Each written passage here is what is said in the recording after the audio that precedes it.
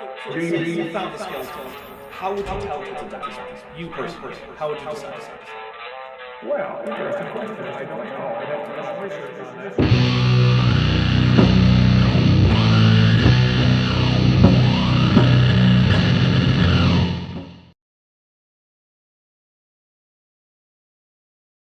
All right, everyone, we are here for another tour of a Creationist museum.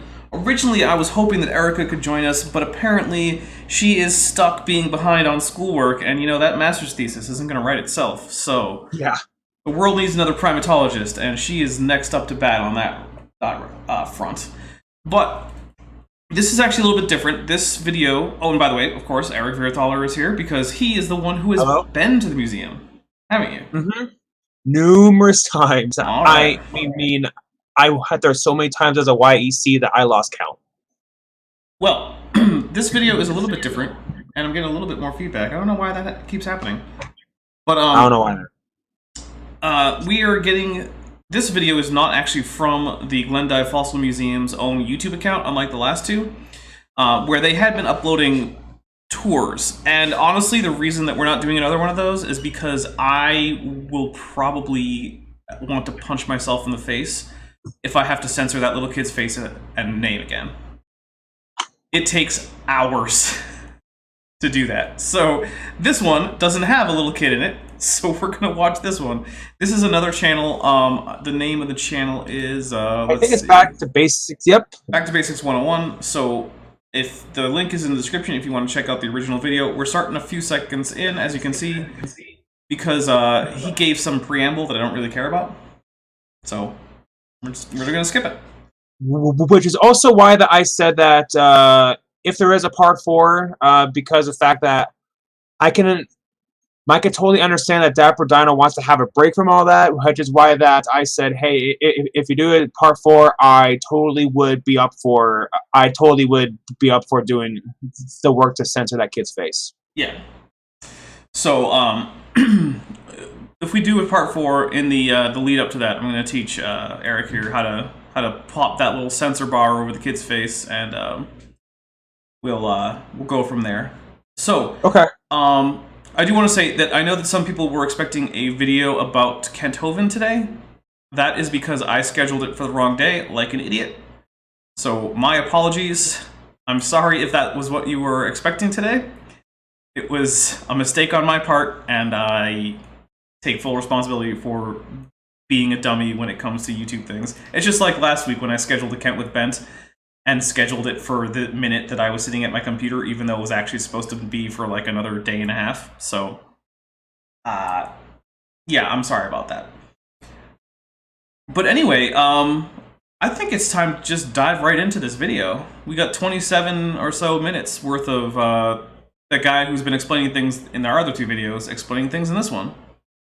Let's dig right in. Let's see what we got. For watching. If you like these videos, please subscribe and hit that thumbs up. What this exhibit does is it gives insight into the way our whole museum is set up, really. The very bottom layer of the fossil record is found in the seafloor exhibit, and that's the first layer, and we'll talk about it. You got a stream file there, Eric. Say what? You left your phone on. That's a stream file. Oh, yeah? Yeah, you're not allowed to leave your phone on. Come on, man. Sorry. But when God created everything, what does the Bible say? He created it all. Perfect. Yeah, perfect. It says very good, right? It's not just good, but very good. There was no. I would actually point out that very good and very good and perfect aren't the same thing. Like, if the world were created perfect, why was there a serpent in the garden tempting Adam and Eve? Clearly, that's a bad thing. So right. Right, and also, and even the fact that Adam sinned in the first place, and whatnot, and you know, even when you look at the context of when it says very good, it's never meant to convey that it means perfect. Yeah, it always confuses me when creationists especially leap to the perfect thing. It's like, did you read the story? Because it neither says nor implies that. And also, Portuguese Eagle, is your first time watching live? Well, that is exciting, man, and I'm glad that you are here. So, right, welcome to the show. think about it like when someone says that my car runs good. Does that mean that your car runs perfectly? Yeah. Probably not. Why could the serpent talk? Asks Icarus. So there are multiple explanations in Christian theology. I think the most common one is that the serpent is simply Satan in disguise. Although I have heard other options, which I have too. I honestly think that the serpent is Satan in disguise actually makes the most sense when you stand back and look at the whole stretch of Christian theology. But I can see why other people might disagree. So I think the most likely answer from the internal narrative is that the serpent isn't actually just a regular old snake. Although it then does raise the questions of why all snakes are cursed by God in the Bible if it's just that one snake. And you can say, there are reasons to have multiple interpretations there, and I'm not going to begrudge someone for taking one that disagrees with what I think the story is trying to tell. Yeah. But, ready for a little bit more? We've only got 30 seconds in. Here we go. No issues of death, no issues of disease, no issues of anything like that, according to what the Bible describes. Well, except for all those plants that would have had to die. Right, and also even the fact that Adam was even eating plants, and so and then obviously plants were dying and whatnot before he sinned. So, well, there's that. Also, if you look at the story, it seems fairly heavily implied that the reason that Adam and Eve weren't dying is because they had access to the fruit of the tree of life. Because in the story, it doesn't say you can't eat from the fruit of the tree of life. It only says you can't eat from the fruit of the tree of the knowledge of good and evil, which means presumably they were already eating from the tree of life. And then when they're expelled from the garden, God says that they have to be expelled so that they don't eat from the tree of eternal life and keep having, essentially, and get eternal life again and again. So there's actually reason internally to the text to think that this whole no death thing only applied to Adam. And that when Jesus said that, through one man death entered the world, that he was specifically talking about human death. So even from the internal narrative, it's not clear that the young earth creationist interpretation is the one that was intended by the authors, or even the most reasonable one. And this is one of the things I don't like about Ken Ham is the fact that it's been pointed out to him numerous times from people like Hugh Ross and etc. that, hey, Ken, it does not say physical death came into the world. It says death came to all men. But no matter how many times it's been pointed out to him, he goes on about it anyway. Just like somebody else who we know about. Well, I mean, that's that's a lot of the it's a lot of the popular creationists. You get the creationists who do things like they do behind the scenes quote unquote research, like Snelling or I think there's one Andrews or Jeanson, and they tend to be less sophisticated or less talking about the theology. But yeah, when you get to the popular level, like the Ken Hams and the Matt Powells and the Kent Hovens, yeah, it's they really dive into that weird there was no death before the fall theology. So let's see. Well, let's get a little bit more here. Now, here's something interesting that I want to point out, and we don't have it out on display, but we have a bone out down in the lab, and this dinosaur bone has evidence of bone disease, possibly bone cancer that ate away the ball of the joint on the femur. There's supposed to be a ball there. The ball's gone, and it was eaten away. And it wasn't. There's no teeth marks. There's nothing like that. It appears that bone was like that in life, and so it was a crippled dinosaur. So here's an interesting question for people. When we get to Genesis 1, towards the end of Genesis 1, when it says that everything is very good, that God created everything very good, do you think there was disease? It would be hard to imagine that there would be disease, right? Right. So there are some Christians that they bring in the millions of years and the Bible and try to marry them together and say, well, okay, let's try and take it all in, okay? Oh well, yeah. Well, And there's a reason why problem that they with do that. It's Well, yeah, there's a reason why that they do that. Is because the fact that they don't want to come across as illiterate to science. Yeah, well, when science has more or less proven that this is the case, that there was millions of years in which, yeah, there was disease and suffering amongst the animals of the world, either modify your theology about that, or just admit that you're wrong, and you just like being wrong, I guess. I don't know. And also, Smitty does say something, Jesus was a rabbi more than anything. I mean, the New Testament uses the Greek calc for rabbi. So, the word rabbi in Hebrew just means teacher. And the word for teacher in Greek is often just applied to Jesus. So I would actually say most Christians would probably agree with you that one of the primary ways that Jesus interacted with people in the New Testament, as well as the way that people related to him, was as a rabbi. So I would agree with you, Smitty, that even internal to the New Testament, Jesus as a rabbi is one of the primary aspects of his of the stories about Jesus up until at least the resurrection. Yeah. So about the live chat. So whenever I try to click on live comments, all of the comments won't pop up. So I'm kind of confused. I've had that problem before too, and oh, you mean in StreamYards? That's because technically I'm not actually streaming from StreamYards. Oh, so maybe that's why? Yeah, just check the watch link. Okay. Yeah, sorry about that. It's all good. Yeah, so I'm doing it from StreamYards because I've found that their screen share has been fairly consistent. Unlike Skype and even in some cases Discord, which Discord has been choppy and Skype has been just randomly cutting out sound for people lately. So that's why I'm using this, but by streaming from my OBS, I get things like scene transitions and stuff. So it's a little bit easier to do it in this roundabout way, oddly enough. But let's get a little bit more of what is this guy's name anyway? I can't remember. The guy's name is Robert Kanan. Okay, so let's get a little bit more here from Robert. That diseased bone. Do you see a problem? If that bone is part of the fossil record, and according to evolutionary science, that's millions of years before humans ever came on the planet, right? Then that means disease existed before humans, so therefore disease existed before sin. Who would be the creator of disease then? God would, right?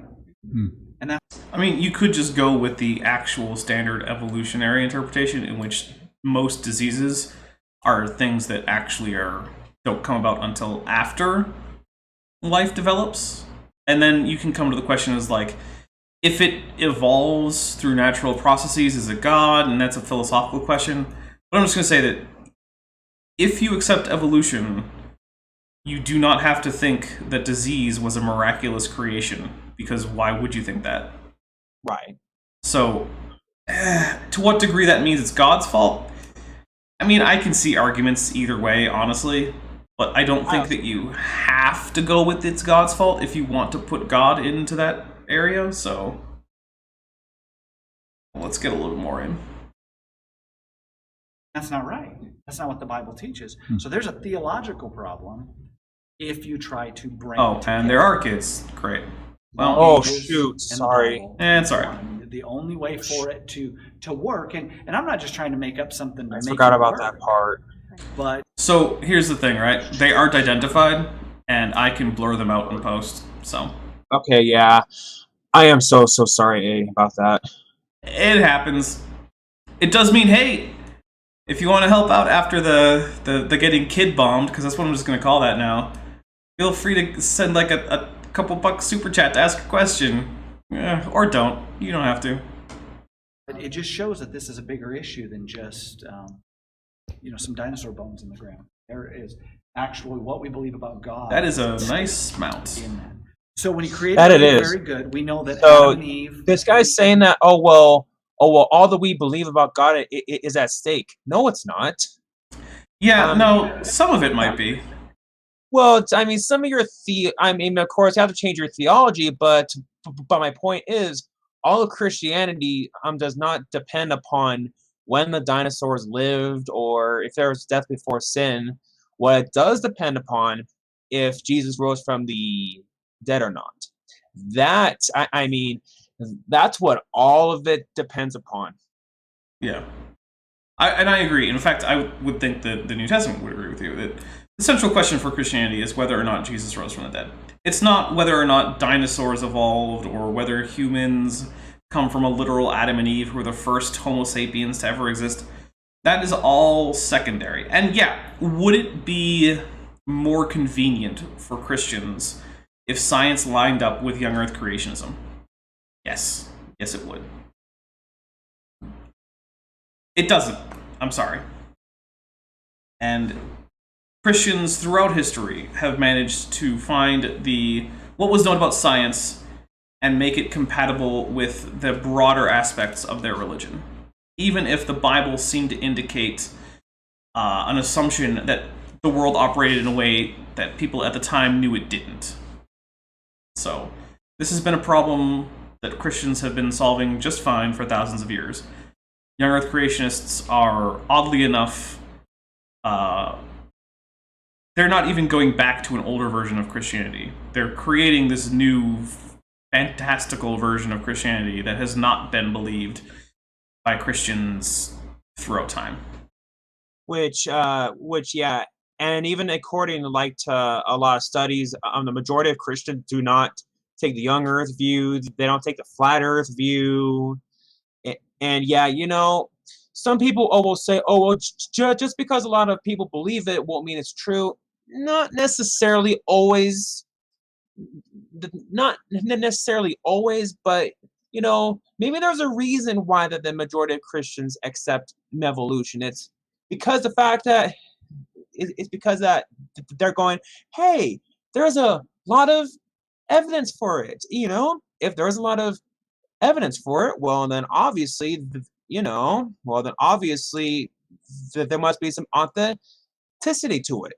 Also, I love that Planet X Lottle, which, by the way, is a name I don't recognize, so welcome to the stream, said dinosaurs were original sin. I like that. Oh, man. Actually, we got a few new names in here. I don't recognize Crypto457 either, so welcome, guys. It's great to have people here. Welcome. And we have a lot of our regulars. Beach Price is here. We got Smitty, Icarus, Nestle20. Hey, sorry to keep asking. I have no problem if you want.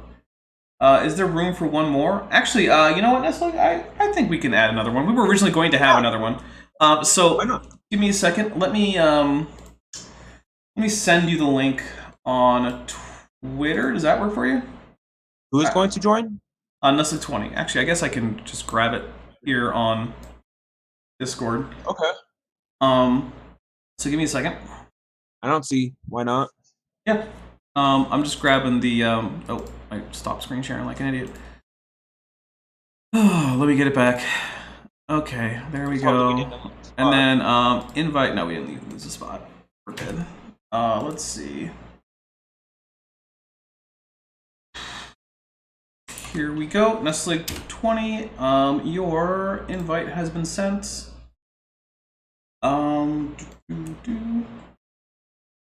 There we go. And we got Vandalian 1998 super chat. Let me actually just bring back the stream here at the. Oh, great. Well, there you go. So, Nestle20, you have the link. And of course, I accidentally screen shared it because I'm an idiot. So I guess everyone else has it, but I just don't have to add them to the room. So take that. Oh, and Nestle20 is already here. Hey. And you are muted currently, so. Yeah, I'm muted. Mic check. Hi. Sounded good, Hello. man. Hey. I can hear you loud and clear. All right, and so we have a super chat from Vandalian 1998 who says, if no bird dinos lived 65 million, then no crucifixion. I'm not sure I follow. If no bird dinosaurs lived 65 million, then no crucifixion. If you want to clarify, let me know. And yeah. I mean, I love him and all, but that's just too vague. Yeah, I'm not sure I follow. At me in the chat, and I will. If you want to clarify that, you don't have to super chat again if you don't want to. Just at me in the chat, and I will notice it. But Nestle20, how are you?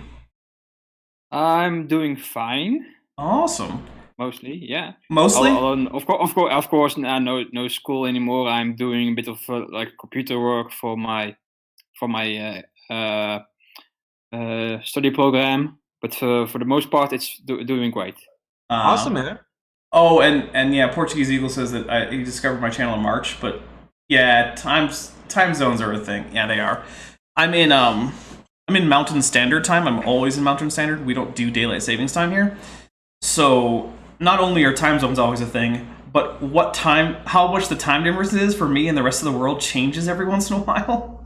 So It gets confusing. Yeah, I love not having to change my clock. However, it means that, yeah, and I really feel bad for my Australian fans because they never get to watch anything that I do live. So I am never live when it's good for them. But unless you have anything you want to give real quick, I think we should just continue on with the video. What do you think? Go ahead. All right, here we go. Let's proceed. Disobeyed God. They were given a choice because he gave humans free will. He gave them the ability to choose whether to follow him, obey him, or to disobey him. They chose to disobey. And immediately, some things started happening. Death entered the world. People became, over the generations, more and more corrupt and evil till one day, it says in the Bible that people thought about evil all the time. Doesn't seem a whole lot different than today. Okay, this is one just quick thing that I noticed watching this video is that thanks for watching the various text things that he puts up, moves around and it morphs the whole picture, and it bugs the heck out of me. I hate it. I hate it with a passion. But it doesn't have anything to do with anything, so I'll just keep going. I just hate it. Okay. Right? And so when that happened, then Sorry, I turned up the video God audio chose a to bit. flood the earth. Now, where did the rain, or where did the floodwaters come from? Okay, yeah, a lot of people think the rains came down and the floods came up. The rains came down and the floods came up. The rain was really... Oh, are we getting the hydroplate theory here? I think we are, yeah. I think that's what's happening. Yeah. And if you look at the top of this, I don't know what you call it, a display? I don't have a noun that really fits this thing. But if you look at the top, there are a series of globes which show water gushing up from underneath the earth and then covering various areas, and then the continents moving apart. So I think we're getting hydroplate and then catastrophic plate tectonics all sort of mixed in there, which of course... those kinds of events, in order to do what creationists say they would have to do, would have to mean that something like 50% of the mass of the Earth before the flood was subterranean water in a layer, and it would all these events would release something on the order of, and I believe I was corrected on this last stream, something on the order of 17 hydrogen bombs per square meter over the entire surface of the Earth. It's just not an energetically viable explanation of the flood. It would result in the planet turning into a ball of plasma. Not melting, ionizing. We're talking about, like, this Earth would become a temporary sun. And then Not boiling, not vaporizing. Yeah, ionizing. Even higher than that. Yeah. Even higher. This is the kind of thing that you do... That, we got a $2 super chat from TD Lane who says the hydroplate equals fire emoji, poop emoji. Yes, basically. Can I swear in this hangout? I am trying to keep my streams PG-13, so keep it down, but you Alright. I won't utter the actual meaning of that coded language, so... Yeah. Yeah, it's... Oh, man, hydroplate theory, it's just not possible. Yeah, and when I debated Kent Hovind the first time, I remember a lot like that he tried to use that. Yeah. Oh, and also, apparently the proper term for this display is a menagerie of madness, thanks to Crypto457. So, which, by the way, Crypto457, I have a quick question for you. Is that a reference to Destroy All Humans? Because I don't remember what the number was on the crypto in that game. That was a great game, and I'm very excited about the remake. So, One F-bomb per stream? I try to keep it to none, but... Well, to be fair, I mean, you did say PG-13, and in some PG-13 movies I've seen, they have used the F word at least once. Yeah, there is the story, I don't know how true it is, that the MPAA, which is the rating body in the United States, will allow one F-bomb in a PG-13 movie. So, I don't know how true that is. I know they made a joke about it in Deadpool, but... Yeah. Mm-hmm. Let's continue, let's continue here. So I'm going to turn the audio... So by the way, I'm having to manually adjust the stream audio because the video is considerably louder than YouTube. So I'm just letting everyone know. Sometimes if I forget to do that, the video audio will be a bit low, but I'm hoping to keep it consistent. But here we go. Not the cause of the flood. It contributed, obviously, but it was not the primary mechanism of flooding the earth. They've even found today huge reservoirs of water under the crust of the earth. So if the fountains of the deep, which would have been under the ocean surface, if God would have broken open... Pause for a moment. I suspect that the reservoirs of water under the crust is not like an actual ocean of water beneath the earth, like the dissolved water in magma, right? Yeah. Something like that, yeah. Well, that's something that we know, actually. Sent my clarification. Oh, okay, I have to look for it. Sorry, that was from Vandali 1998. Oh, there it is. I'm sorry. I said I'll catch it, and then I missed it. I'm sorry you had to super chat again. I'm sorry. I was saying, if non-avian dinosaurs lived 65 million years ago, then the creationists think that Jesus couldn't be crucified or something. Oh, yeah. That makes more sense now. Yeah, so it does seem like that. Like, I do not get why this is... Such a big deal? Yeah. Oh, creationists are how's the word again? Like idolatry, but bibliolatry. Like they take the Bible as God itself. So if the Bible is wrong, or more accurately, if their interpretation of the Bible is wrong, then it's all wrong. Right, and the thing is, like, okay, just the actual existence of theistic evolutionists disproves the idea that you cannot be religious and accept the science, at least broadly. I mean, most... sorry. Oh, I was going to say, most theistic creationists believe that at some point God tinkered a bit in evolution in some mostly undetectable way, at which point I'll say, well, I mean, it's not science, but I can't prove that that's not the case, so sure, whatever. I don't care to dispute it. I won't say to what degree I may agree or disagree, but I don't think from a scientific standpoint there's any point in disputing it, so... Yeah. And like I said, the majority of Christians do accept evolution, and it's just the fact that they're trying to get you to not go with another interpretation by them saying, oh well, no reinterpreting scripture. But it's like, but wait, I don't recall anywhere in the Bible like that says, hey, if your interpretation is proven wrong, well, then you cannot reinterpret it. Nowhere in the Bible does it say that. There is no hydroplate theory in the Bible. No, there certainly isn't. Well, and it is true that sometimes, like you were saying earlier, Nestle, that creationists will point out that scientists have said, there's this much water underneath the crust. But yeah, like you said, it is in things like dissolved in magma or trapped chemically in rocks. You can't just crack that open and get a drink of water. Yeah, it's not like if you crack the crust open to that reservoir, it will gush out like a fountain of water or something. Like. Yeah, it'll gush out as a fountain of magma, and that will be a lot less fun. Yeah. Does not sound that very pleasant to drink.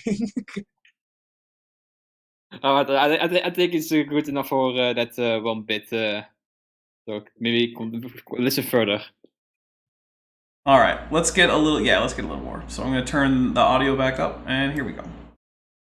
And all this water begins to pour out, which was under extreme pressure, and spew out, causing huge tsunami waves of sediment and water. Now, would this water have been cold or warm, do you think?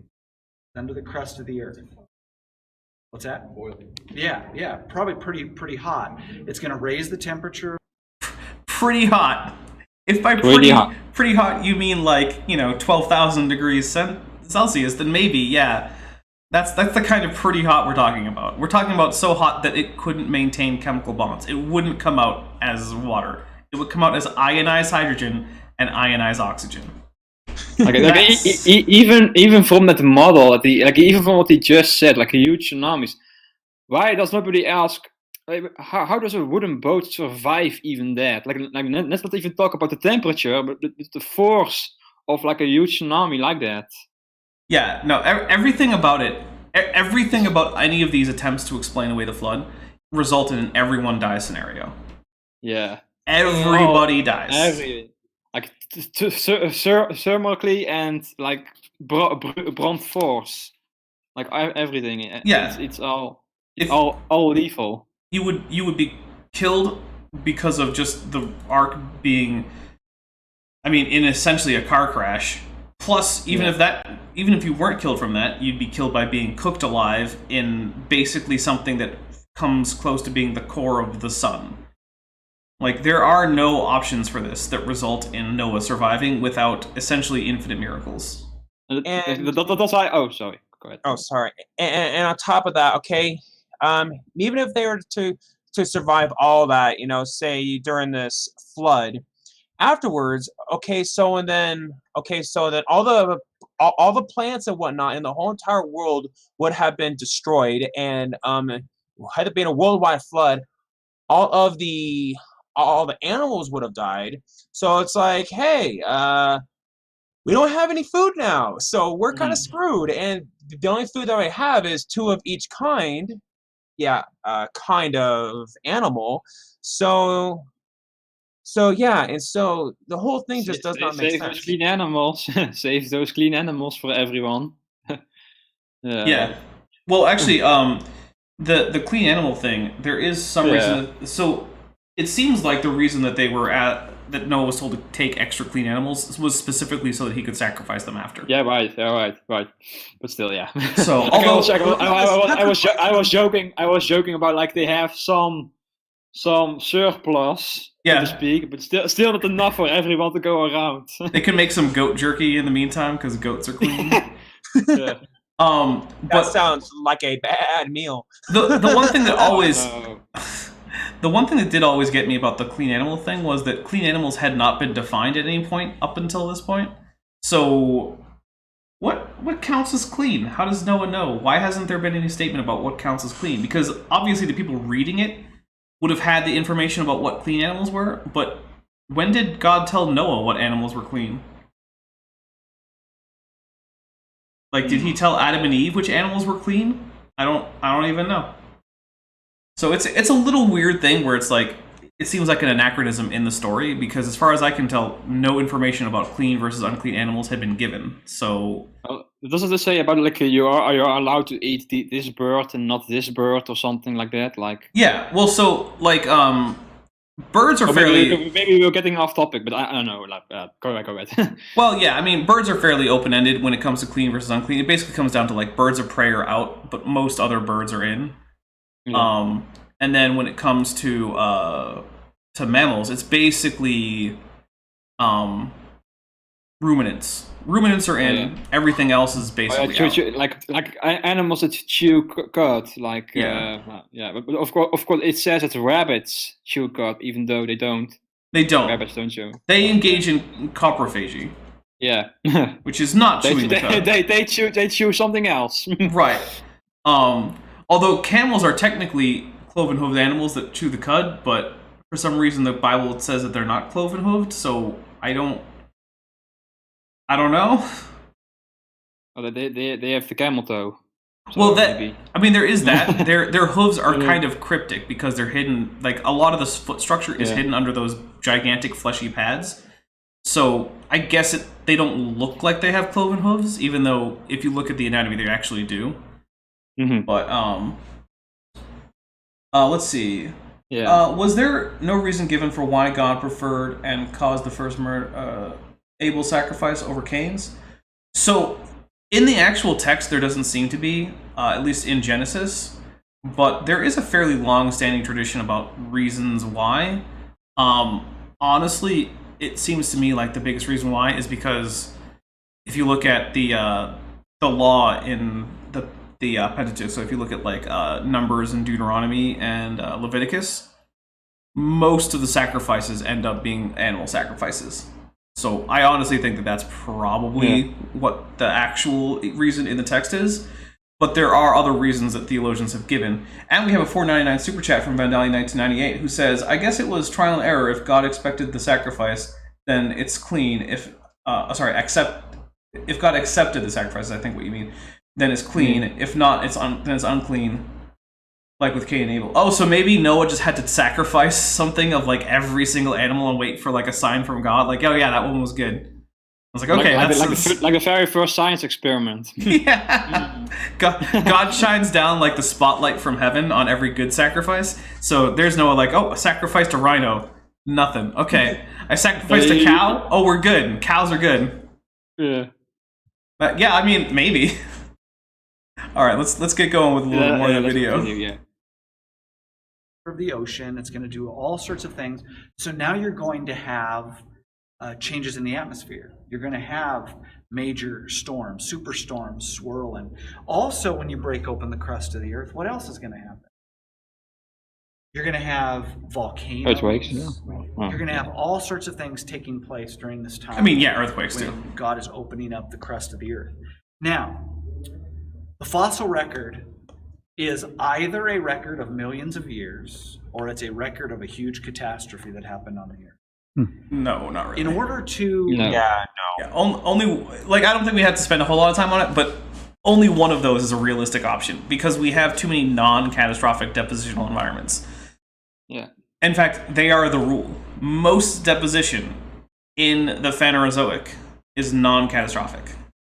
Now, like creationists think like, something that is left behind, is like really big, is basically the same if it's done slowly over a long period of time or really big rapidly in a short period of time. But no, events that take place over long periods of time don't cause the same things that a very short catastrophe causes or leaves behind.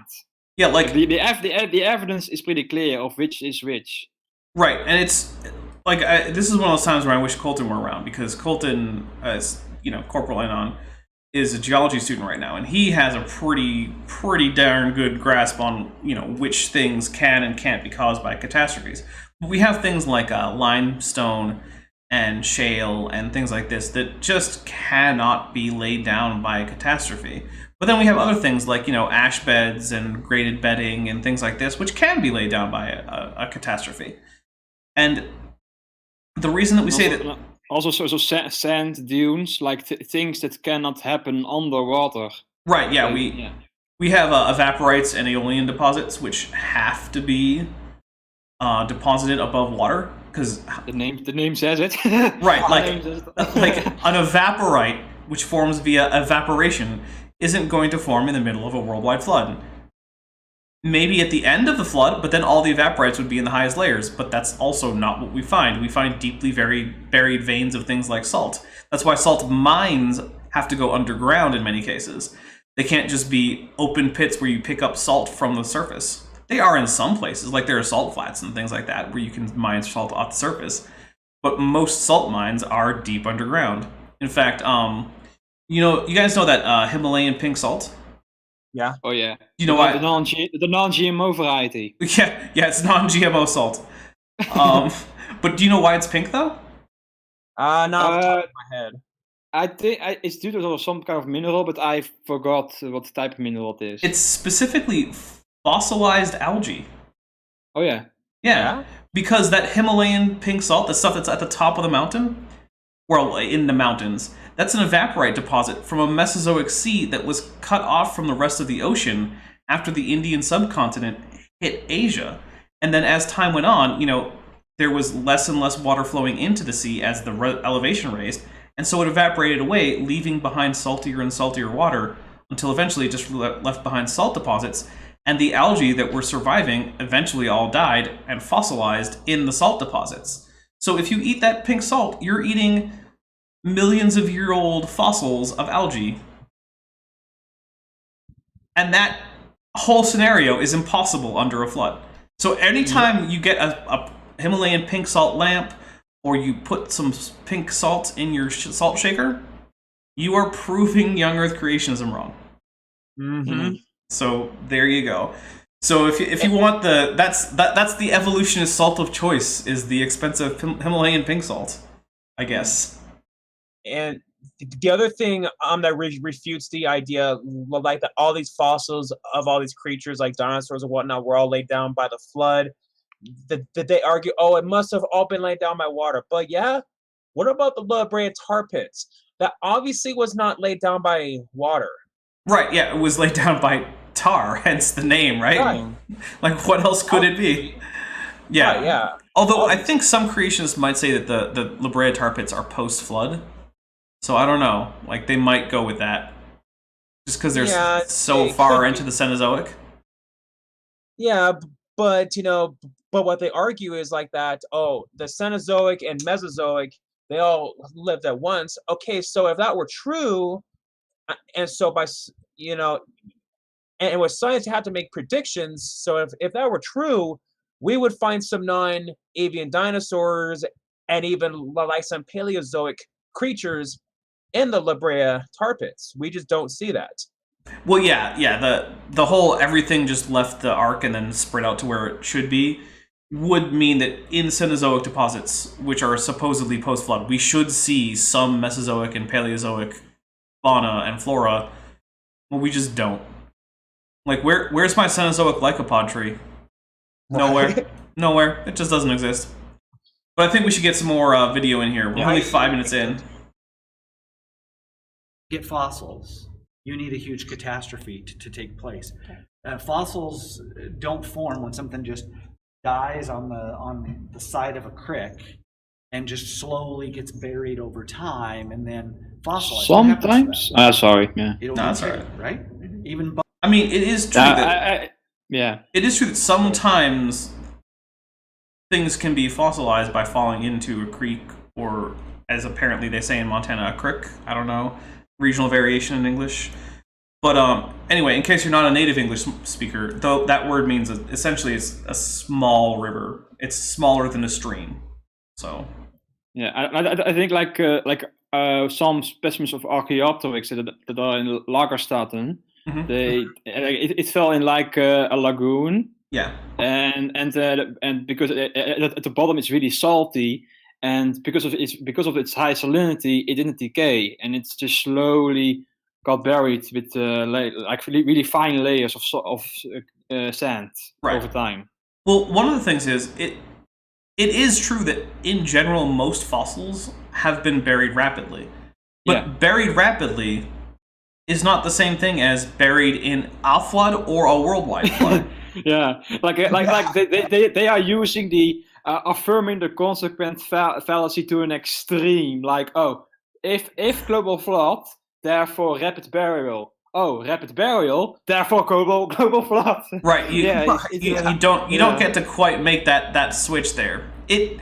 Rapid burial is consistent with a global flood, but a global flood is in no way required. So if there were a global flood, yes, we should expect lots of rapid burial.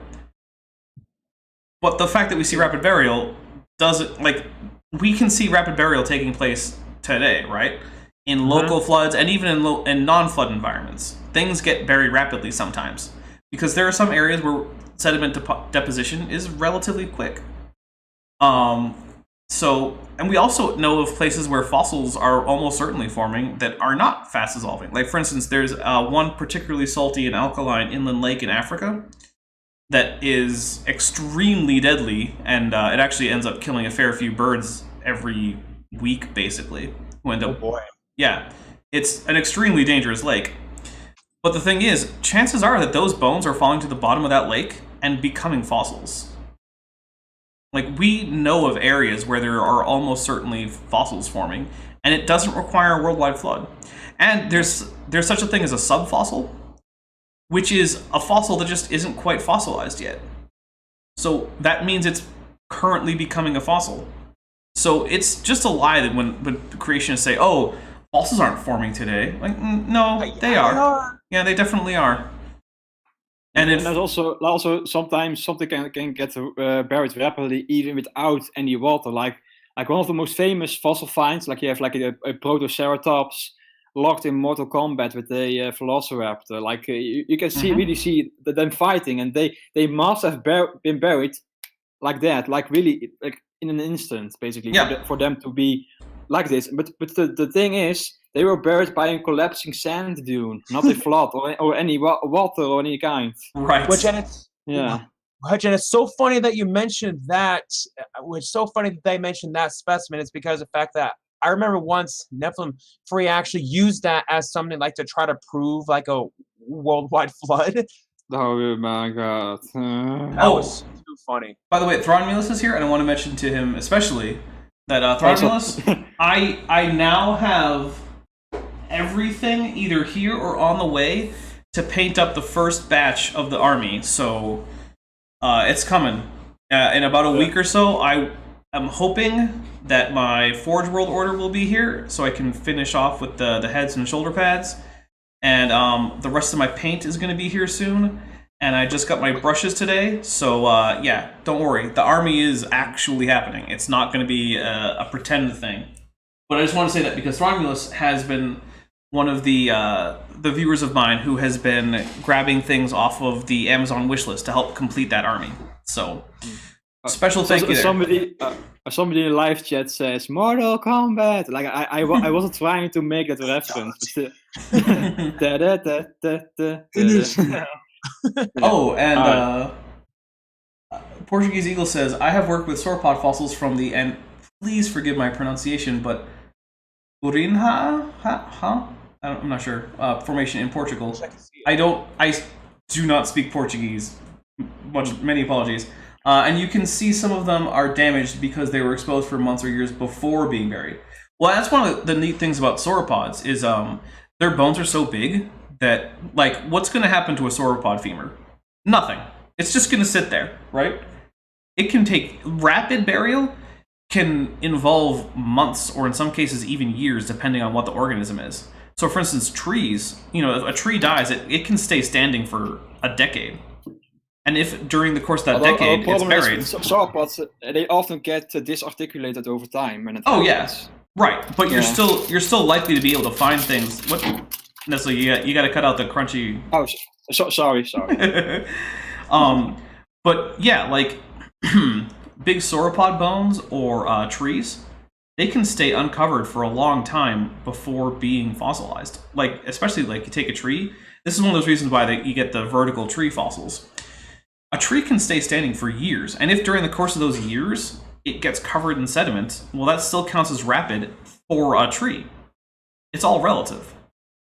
So rapid does not have to mean over the course of a day. But let's get a little bit more of the video in. Bone decays. Yep. Not everything that dies turns into a fossil. So you need to be buried very quickly in order for something to be turned into a fossil. So the fountains of the deep, huge tsunami waves of sediment and water begin to move towards land. What are the first things that are going to be buried? Well, we know anything. Okay, the thing I hate about this, right, is that, like, yes, it is true that there would be a sequence of things that would be killed and then, I guess, kind of buried, but something that violent would not neatly sort things, right? Yeah, right. Like, you wouldn't be able to lay down sediment that lithifies quickly enough to get neatly sorted, ecologically zoned fossil beds. Of course, we are assuming that everything stays intact and doesn't get vaporized or obliviated by the. Right. Let's just pretend the heat has somewhere to go. God installed. There is a magic heat sink. Right. Everywhere.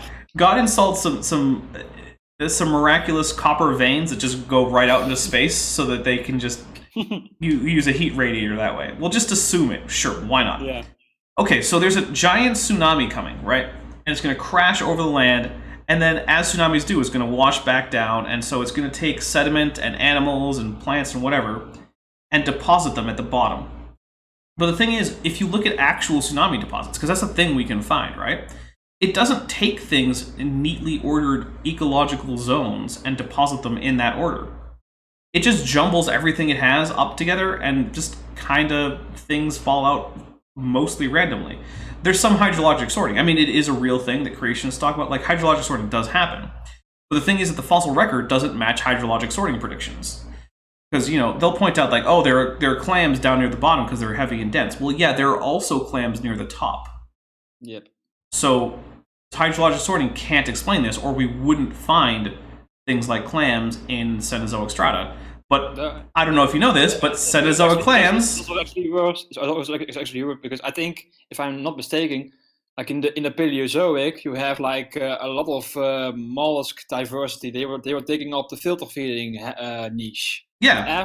After the Permian extinction, like clams were really replacing that niche and taking it over and really diversifying after that. Right. Yeah. We get. It's just all you need to do is look at shelled animals like mollusks and brachiopods, animals with like mineralized shells, and they completely blow out of the water any sense of hydrologic sorting that you might want to propose. It doesn't work. So let's get a little bit more of the video in. We're going super salty, but you know what? That's okay. Anything that gets buried is stuff that just couldn't get out of the way, right? Plants and Things on the bottom of the Humans have a bad time getting out of the way of tsunamis. Tsunamis aren't the kind of thing that you just go, oh, that's probably bad, I guess I should move. And that's all we need on that. ocean. But it's also it's just a small comment. Like something that doesn't can get out of the way can also stay on top because it floats. Basically, it doesn't get buried immediately because it can't get out of the way. It's go ahead. So it doesn't make any sense. It doesn't make any sense. Well, and another thing is, why aren't there Cenozoic pterosaurs? Like, what is it? Why is it that a albatross is so much better at avoiding the flood than a pteranodon? They filled basically the same niche. They were, long distance over ocean flyers who probably fed on marine organisms. They're basically the same animal, but from very different clades. Well, not that different, but they're both ornithodyrans. But they. If you are not David Peters. Well, actually, even David Peters says they're from very different clades because he says he says that pterosaurs are lizards and that mammals and dinosaurs are closely related for some reason. I thought he was also claiming that birds descended from pterosaurs. Oh yeah, you're right. He did say that too. Oh, that's even more stupid. Yeah. Don't trust anything David Peters has to say about anything. Yeah. Hey, Corfulin on, what's up, man?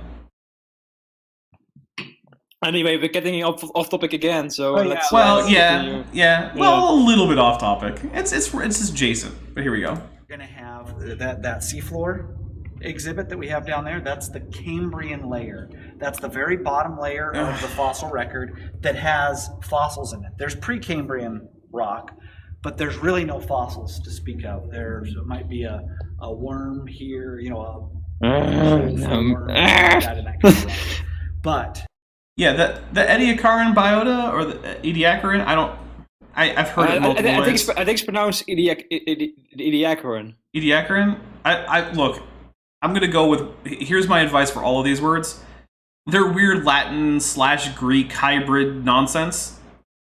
Just pronounce all the vowels and all the consonants, and it'll be okay. Yeah. But whatever we call that, Ediacaran, we'll go with that. Biota, it's a real thing. It existed. Yeah. We've even found older fossils. Like, there were ecosystems before the Cambrian. Yeah. Although pretty weird ecosystems. There is still some debate about what these animals were even doing. Like, some were maybe osmotrophs, like absorbing, like to dissolve nutrients from the water, or maybe passive filter feeders. Not active, like they weren't like grasping things out of the sea, but more like, oh, I just wait here and allow the ocean current to to do the work for me, basically. So Yeah. Oh, and Portuguese Eagle points out a stream of Dapper Dino and others making fun of David Peters' ideas would be hilarious.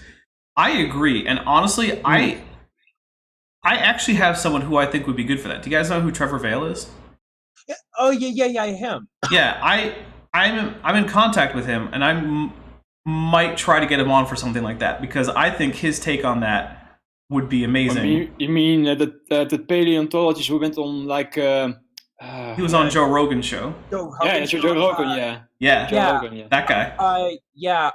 He was on there. It was because of the fact that he was debunking dinosaur deniers. Dinosaurs never existed. Yeah. Oh, that video was entertaining as heck. So I'm in contact with him on Twitter. He was interested in coming on for one video, but then he didn't think that he'd be quite appropriate for it.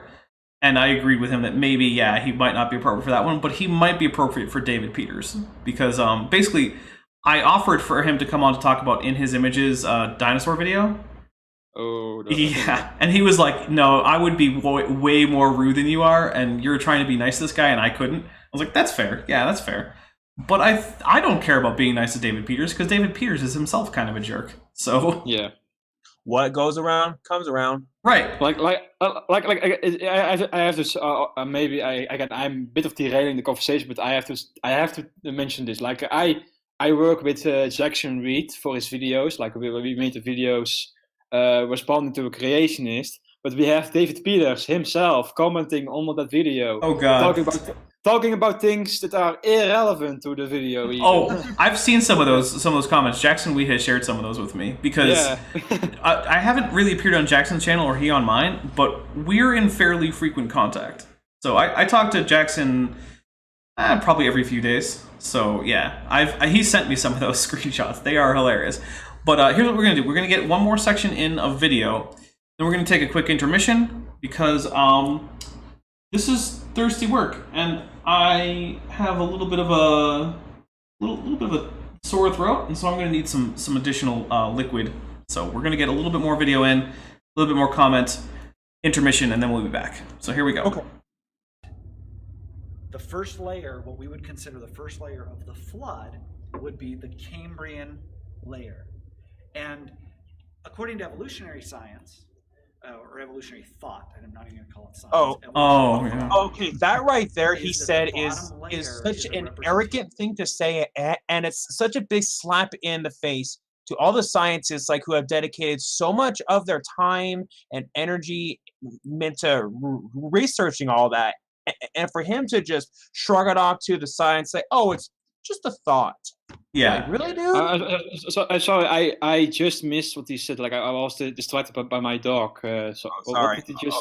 Okay, What so did he say?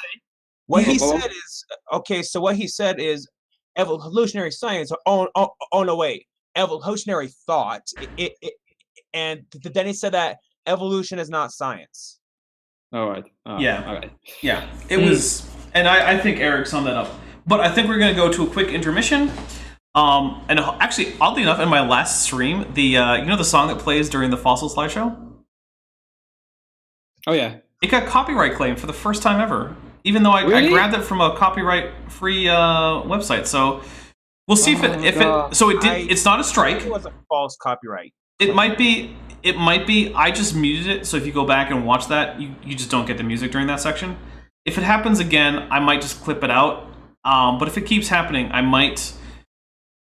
I don't know. I might change the song or something. Excuse me. Hold on.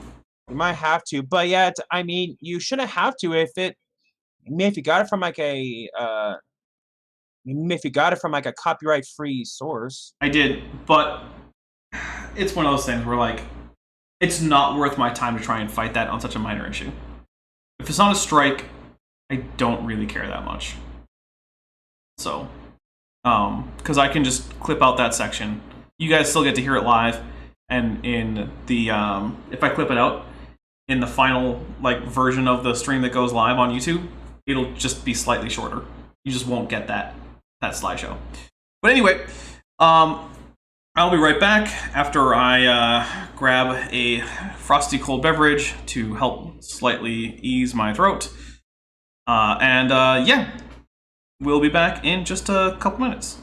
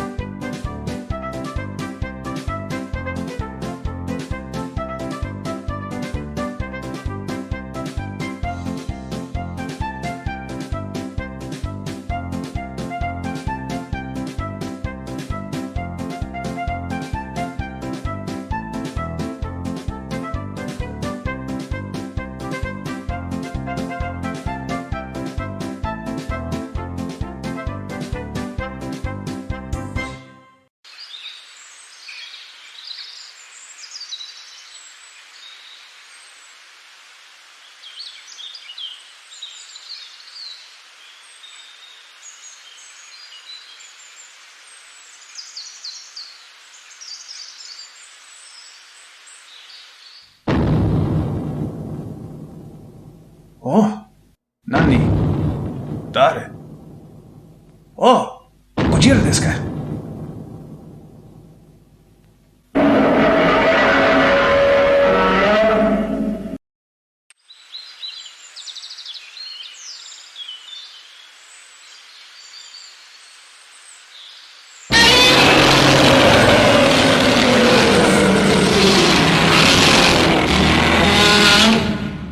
Hai, Gojira-san.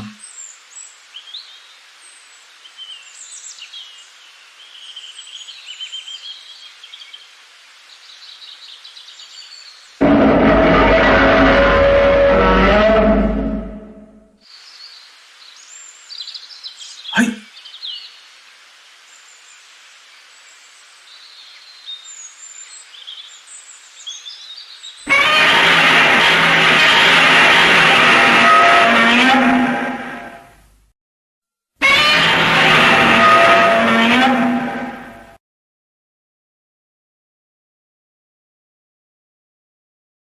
All right, and we are back. Thank you for staying tuned through the intermission.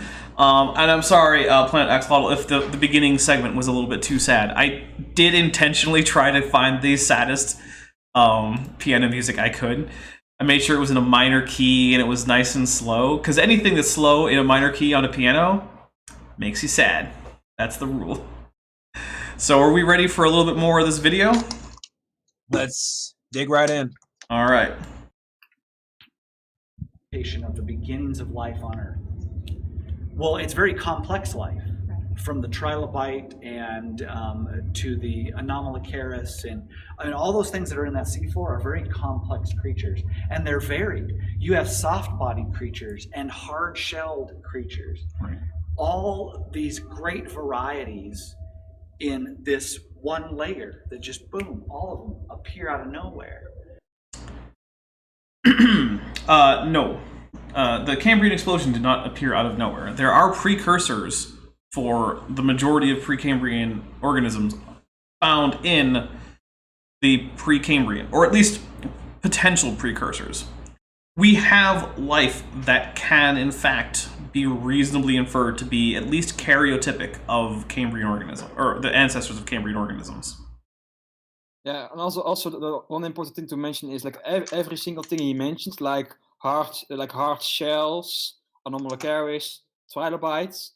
These didn't appear at the same time. They appeared at different points, like the small shelly fossils. They appeared just before the Cambrian. You had small shelly fauna, and I think like the first anomalocaris were, I don't know the exact timing, but the trilobites, they were like, I think in stage 2 of the Cambrian or something, or maybe stage 3. So I don't remember exactly, because my internal map of the Paleozoic is a little bit iffy compared to, say, the Mesozoic, just because I focus fairly heavily in on dinosaurs, but it is true that there was significant evolution during the Cambrian. Yes, right. So we don't dispute the fact that there something major was happening during that period, but it was a period of like tens of millions of years, not like there was everything, not like that. No. And we just got the comment: the Virgin Trey the Explainer versus the Chad Dapper Dino. Hey, you know what? I have nothing against Trey the Explainer. Trey the Explainer has some awesome content, so I'm not going to talk down on Trey the Explainer. He has a wider variety than I do. Like he did his 10 Ways the Bible has changed. I'm not touching that because I don't care for my channel. Like whatever has happened to the Bible or whatever, that's not for here. If people wanted to have that discussion with me, I might do it on Top Hats Off, but Eric, come on, man. Number 2? Sorry. Oh my goodness. All right. Come on, people. I can't talk. I'm doing a video. Sorry. All right, let's get a little bit more of the video in. Sorry. So from an evolutionary perspective, it doesn't make sense. Yeah, I that's mean, a good point. all of a sudden, boom, it pops up out of nowhere. Makes perfect sense. But Okay. from a flood perspective, Why does it show a turtle skeleton right there? I honestly don't know. I guess just because he's talking about it's almost like implying that the turtles were there in the Cambrian. which they were not. Yeah. And so, Dapper, you may not remember, but in one of the previous episodes of this, he was trying to explain how turtles got this big. It's because of how it says in the Bible that people live for long periods of time. Oh, so, yeah. And so then if this turtle lived for long periods of time, it would allow it to get this big. And And I think he even said that maybe that turtle was one of the original turtles created by God. Yep. Yeah. That is what he said. So it is interesting that they're showing a turtle because there were no turtles in the Cambrian. There were no vertebrates in the Cambrian, basically. There were chordates, and it's not entirely clear where olfactorates. I don't know. Maybe there were just vertebrates in the Cambrian, like more like your lamprey-esque things. There might have been. As far as I know, as far as I know, we don't really have any unambiguous vertebrate fossils from the Cambrian. We start getting those in like the Devonian, where we start getting a wide array of olfactorates, craniates. But when they learn to bite things, then they started to get interesting. Right. So turtles. We definitely don't have any Cambrian turtles. But then there's the question: well, why not? Turtles inhabit the same kind of environments that many Cambrian fauna do. So why aren't they buried in Cambrian deposits if they were around at the same time in the same environments? Like, we have a lot of like shallow water coastal Cambrian deposits. Well, I happen to know from first-hand experience, from having been knocked over while at the beach by a sea turtle, that sea turtles quite like shallow water marine environments. Someone in life makes a good point. Like a sea turtle was the original, so creation believed that a sea turtle gave also rise to the terrestrial turtles that we have today. Well, so they make fun of fish going from sea to land, but they believe it's turtles went from sea to land. Also, okay. Well, one thing is, creationists usually identify kinds around the family area, so they might actually think that there were multiple original turtle kinds. But then you do have to wonder, why isn't there a turtle kind? Why is that not a kind? Because they all seem clearly related. So I think that's what that their answer would be, that there was an original sea turtle kind, maybe, or actually, since I think there's 2 families of sea turtles, it would probably be 2 different sea turtle kinds. And on top of that, okay, so if they're going to say that a kind is a family, well, then that would mean that humans and apes are in the same kind. It is because of the fact that we are in the same family of Hominidae. But we can't have that. But we can't have humans and apes being related. That's cherry picking. Mm-hmm. To be fair, family is kind of a subjective taxonomy level.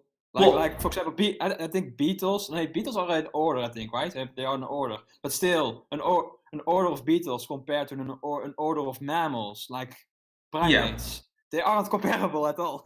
Well, that is one of the problems with Linnaean taxonomy, is that other than species, all of the other ranks don't really have very strict definitions. They all are just a collection of similar members of the lower rank. Oh, okay. And that's why the Philo code, well, it isn't quite finished, and my goodness, is that taking a long time. It is taking precedence, even in its unfinished state, over older versions of Linnaean taxonomy, because clade has a hard definition. You can define clades exactly. You don't have to worry what rank a clade is. It is a clade no matter what rank it is. So that's one of the reasons why there's been this whole discussion like, well, should we put the orders of Cetacea and Artiodactyla together? And what would we call them if we do? And the answer from a cladistic standpoint is it doesn't matter whether they're orders or classes or families or whatever. Yeah. Cetacea is a group inside Artiodactyla. You don't have to worry about a rank. So, and also, this is a bit off topic, but I hate the word set Artiodactyla. I do. I despise it also. Yeah, I refuse to use it. It's Yeah. Artiodactyla, and Cetacea is a group inside Artiodactyla. Sorry. But okay, here we go. Let's get a little bit more of the video in. They're the first things. They were bottom-dwelling, shallow-living sea creatures that were buried as the tsunami waves went towards land. And that's exactly what we see. We see that very bottom layer, and we see those kind of creatures buried in that spot. So let's go around. Not every As creature these in the waves- Cambrian was bottom dwellers, I think. Well, yeah, we have deep and like shelf area, continental shelf area, and shallow deposits from the Cambrian, which is one of the things that bugs me about this. Is the Cambrian organisms didn't all live at a single depth. In fact, you can actually tell, especially in trilobites, what depth they lived at on the basis of things like how well developed their eyes were and things like that. Because the deeper down they go, the less important it is to be able to see because the less light there is in the first place. And yeah, like you can also tell just based on the deposition. But also, they weren't all they weren't all benthic, like bottom dwellers. So like Right. Some were free swimming, like Anomalocaris. Right? Of course, it preyed upon things that were at the bottom, but it could swim up or down. Well, we also have things that weren't predators that were existing higher in the water column. Things like Haikuella were almost certainly free swimming. Yeah. So yeah, and Pikaia are either ancestor or cousin, depending on how specific you want to get. Yeah, my default assumption is they are most likely cousins, because unless you have really strong evidence to indicate they are direct ancestors, you shouldn't call them ancestors, because it will only generate confusion. Like, we often use ancestral to designate a fossil, but then the creation will say, well, oh wait, this fossil lived alongside another fossil, so if humans came from monkeys, then why there are still monkeys? Like that's how you can get that misconception if you use ancestral very very loosely. So I often use more often the cousin designation instead of ancestor. Yeah. Yeah. I tend to agree, although when talking to people who aren't well versed in evolutionary biologists, the fine distinction between an organism that is karyotypic of the ancestral population versus the ancestor, it's one of those things where, like, is it worth explaining the difference, even though technically calling it an ancestor is probably wrong? And sometimes the answer is no, it's not worth explaining the difference. But sometimes yes, yeah. Yeah, I get. It is definitely the case that karyotypic of the ancestral population and being ancestral are not the same thing at all. Yeah. But sometimes it's like I need to be able to get this out in a way that a person not familiar with evolutionary biology will get it without me having to take the rest of my day to explain evolutionary biology, basically. Coincidentally, we like Jackson, we did a video about that. Like we responded to a creationist who was like pointing out fossil transitional fossils of whales, and some of those lived alongside each other, or some some more primitive lived after another one that was more advanced. So he's thinking like, oh, they aren't in a neat order from one to the other. So they aren't ancestors. So they aren't transitional. Yeah. And Yeah.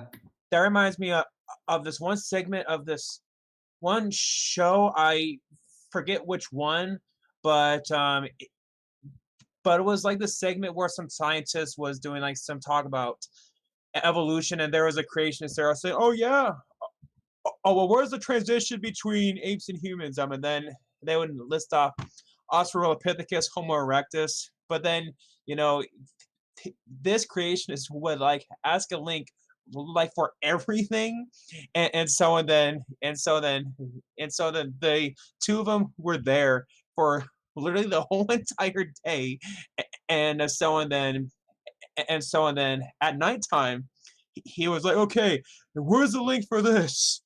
Oh well, we have not found the down yet. Oh, see, evolution is disproven. Well, that the Futurama. Exactly. Futurama. Oh yeah.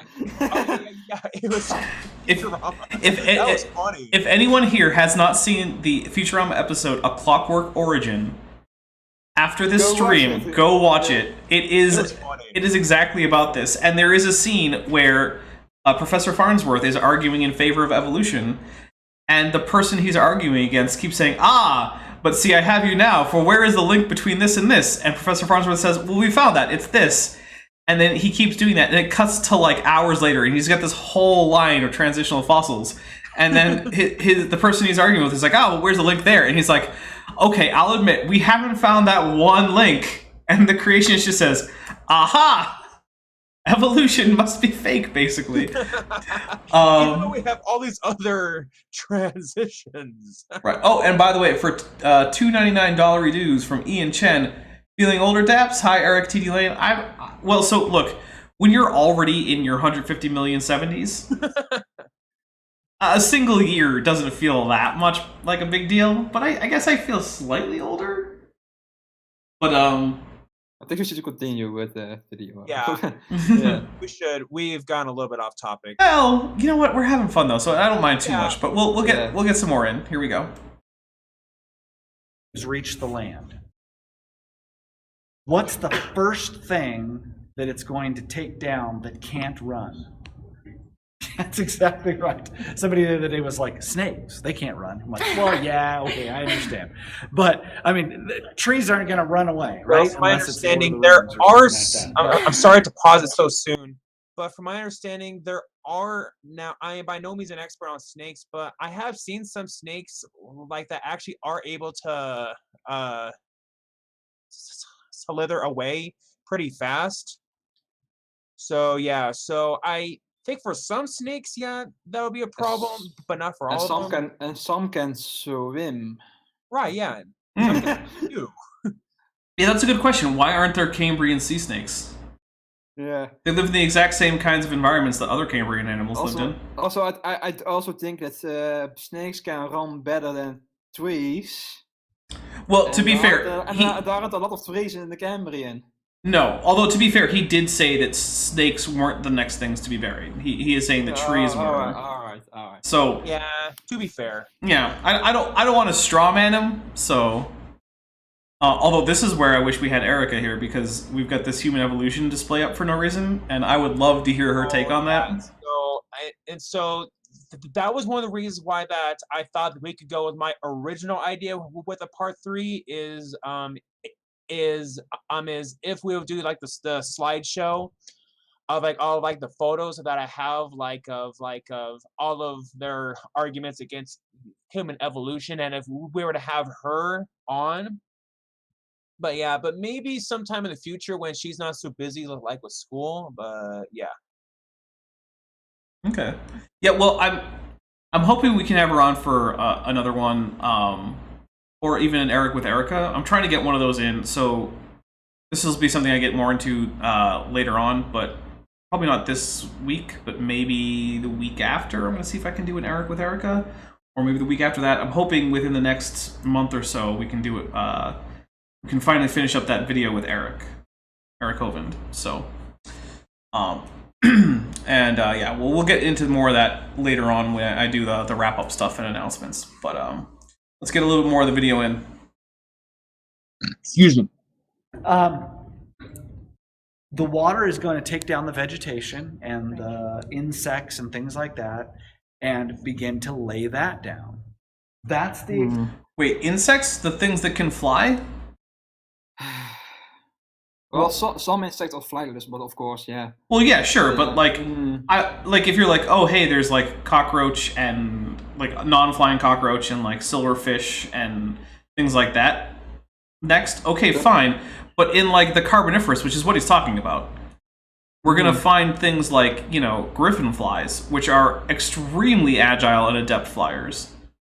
Why are they getting taken out? Why aren't they able to fly to higher land or just above the floodwater in general? At every step, there are easy to recognize creatures that do not fit. Either creatures from later in the geologic time scale that should be in these earlier layers, or creatures that are in these earlier layers that should have been able to escape to only appear in later layers. Imagine that Meganura was mentioned in the Bible, like Noah let out first a dove, and then a raven, and then a giant dragonfly. search for land. Man, I would like to see a Meganura. That would be a pretty wild thing. It's actually one of the non-dinosaurs in the game Ark Survival Evolved that I appreciate that it's in there. This Meganura, and they're kind of jerks because if there's carrion around, they become very defensive, and yeah, they're kind of dicks, but I like them. One question: does a bit back about the hydroplate theory? Does this guy also believe that the water got shot up into space and created all those craters on the moon and? I don't know. Such. And, Yeah, now that you mention that, that actually does spark my curiosity now.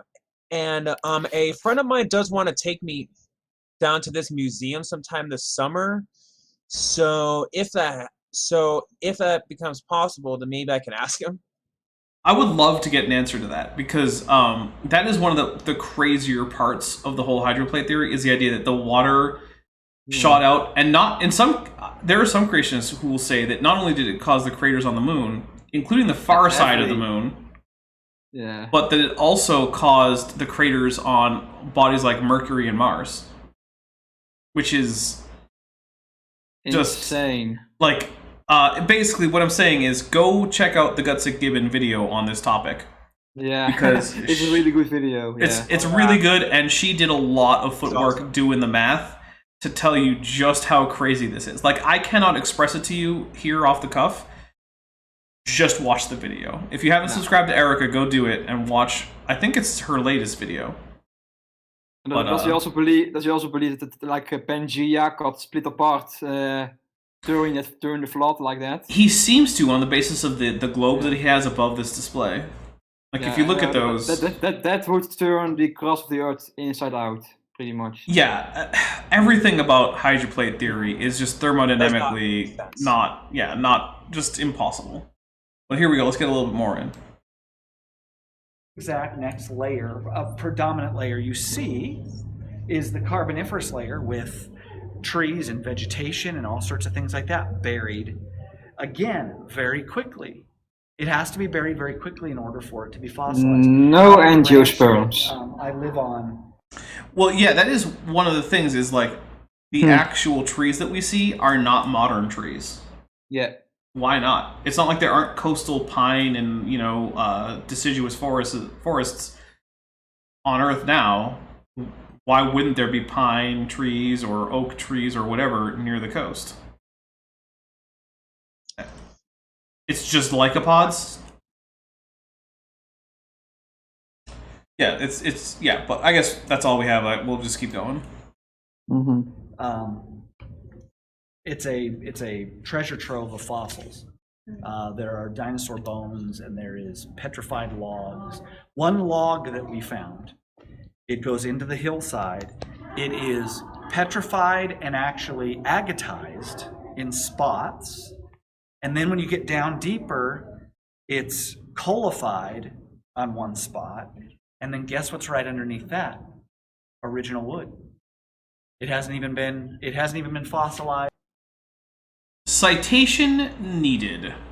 Yeah, maybe what happened is that, maybe it just got eroded that way, maybe? Oh, and hey, look, we can see the globes. So we can actually see that, yeah, he is accepting the idea that the continents broke apart.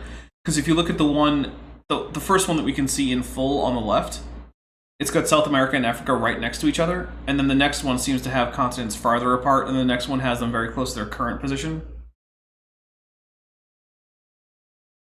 Okay, so I don't have to ask him then.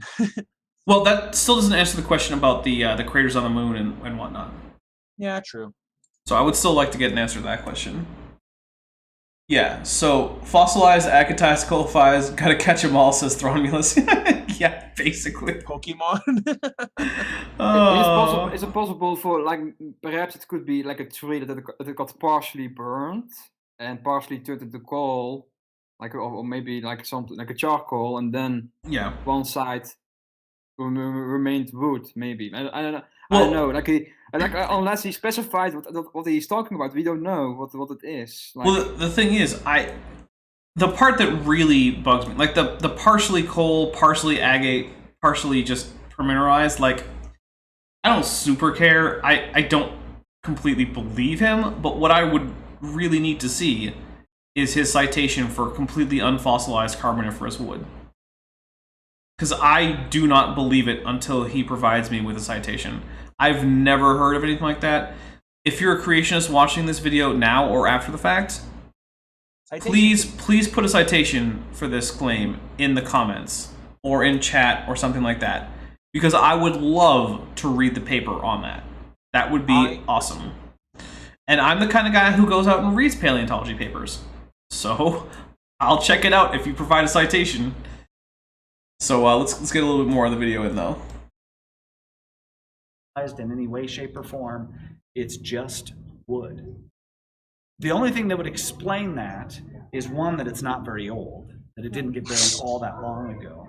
And in order for you to get processes like that going on, it has to be buried very quickly. So as these tsunami waves hit the continent, probably a continent at this time, right?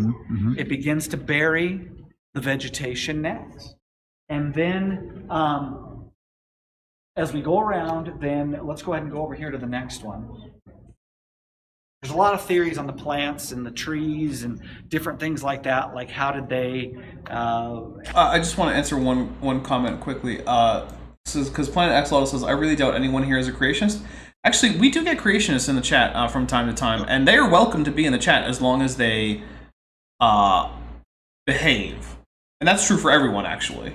I mean, I've had to remind non-creationist chatters that, like, hey, we're gonna behave here. So yeah, I'm very open to having creationists come into the chat or the comments or even come on the channel. Like, in other words, be a good Christian, or we throw lions at you. Well, or we throw you in lion cages. Figuratively, yeah, I do not approve of actual feeding of Christians to lions. But yeah, I mean, some of these creationists on the internet now, and of course, I'm not saying that all of them are like this, but man, some of them out there on YouTube and etc., some of them are nasty. Yeah, in fact, one of my favorite comments I ever got on the channel was one that was later deleted by the commenter. But retelling. Well, yeah, but it basically came down to it was a video where Erica was there, and basically the commenter said that the only reason that Erica was helping me make this video was because she was angry that Kent Hovind had rejected her alleged sexual advances. And I was just what the fuck? Yeah, that was the gist of the comment. If you go to my reading creationist or reading comments or something, like, I have a comment video from a few months, maybe a month back. Erica made sexual towards Hovind. Yeah, apparently the only reason she was upset is because Kent Hovind wasn't willing to have sex with her. Oh my god. Wow. And, and that is disgusting because Kent is, like, way older than she is. Hey, I'm not going to speak to the sexual attractiveness of either party there. I'm going to leave that alone because it's not my business as to who you find attractive. But, yeah, like, and this is the person trying to defend Christianity and, all that's good and true according to Christian morals. And I'm just like, yeah, sure, all that Christian love coming from the Kent Hovind followers. You gotta love it. It's great. Yeah, the Kent Hovind followers, yeah. I mean, as respectful as I can be, some of them just are like some of the least Christian people that I have came across. Like just some of just the things that they say and whatnot. But yeah, I think we should move on now. Yeah, we'll move on. I'm just saying, creationists, you're welcome. Just don't act like that. Yeah. And also, people who aren't creationists, you're welcome. Still don't act like that. Also, don't follow Kent Hovind. He's the bottom of the barrel, even for creationist standards. Oh yeah, well, That's saying a lot. Basically every creationist out there, except like Matt Powell or something, is like, no, Kent Hovind's crazy. But also, standing and Roll Matt, they also Hovind fans. Yeah. Oh yeah, that is true. Oh well. Well, here we go. Let's get a little bit more of the video in. Yeah, let's go on. How did you get these big layers of trees? There was probably floating log mats, and there were other things that took place during all of that as well. But as the water begins to go further and further up on land, what is everything trying to do? Get to higher ground. Yeah, I mean, it's trying to escape, right? I mean, that would make sense. It's going to move as quickly as possible to higher ground. What are the things that are going to survive? Now, not anything that's slow moving. Did you know that once you get past some of the tree layers, and again, one thing I want you to understand is these are not perfect layers. These are not like this, you have these animals here and you have these animals here. There is a jumbled mess in some of this as well. But this is... Okay, but here's the thing. The fact of faunal succession, which is just the absolute brute fact, that as you go from lower to higher layers, different flora and fauna appear, has been recognized since long before Darwin. That's why in most of the 19th century, progressive creation was the big idea. And progressive creation is the idea that God creates a set of organisms, and they exist on the earth for a while, and then essentially God just kind of gets tired of them and releases the new and improved version of whatever ecosystem. I think that was after George Cuvier popularized the phenomena of extinction. Before that, people thought that all these seemingly extinct quote unquote creatures were still alive somewhere in the world or something.